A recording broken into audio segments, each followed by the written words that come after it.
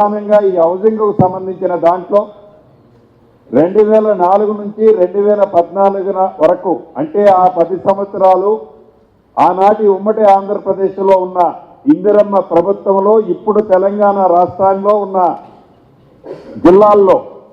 సుమారు 25 లక్షల పైచీలకు ఇందిరమ్మ ఇళ్లు కట్టించిన ఘనత ఇందిరమ్మ ప్రభుత్వాన్ని.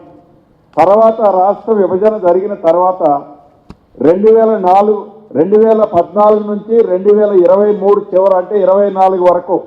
ఈ 10 సంవత్సరాల్లో ఆనాటి ప్రభుత్వం చాలా అద్భుతంగా మేము డబుల్ బెడ్రూమ్ అనే బొమ్మలు చూపించి 2 పర్యాయాలకు అధికారంలోకి వచ్చి పేదోడు కళని కళలా అని వదిలేసింది ఆ ప్రభుత్వం.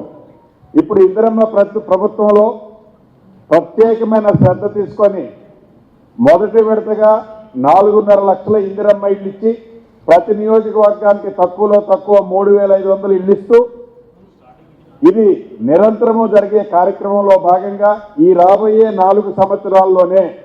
దేశంలో ఏ రాష్ట్రము పెట్టుకోనంత అత్యధిక గోలు 20 లక్షల ఇళ్ళు కట్టాలనే గోల్ పెట్టుకొని అధికారులు ప్రజాప్రతినిధులు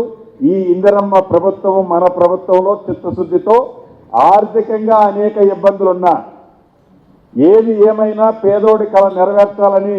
ఈ ప్రభుత్వం చిత్తశుద్ధితో ఈనాడు ఆ దిశలో పయనంలో చేసేదే భాగమే ఈ రాష్ట్రంలో ఉన్న అన్ని మండలాల్లో ఇప్పటికే చాలా మండలాల్లో మోడల్ ఇందిరమ్మ ఇళ్ళు యుద్ధ ప్రాతిపదిక మీద పూర్తి చేసే దిశగా పయనిస్తున్నాం. మిగిలిన ప్రాంతాల్లో కూడా మోడల్ ఇళ్ళు కట్టుకుంటాం. ఈ రాబోయే సంక్రాంతికి అటు ఇటుగా ఇందిరమ్మ ఇళ్ళు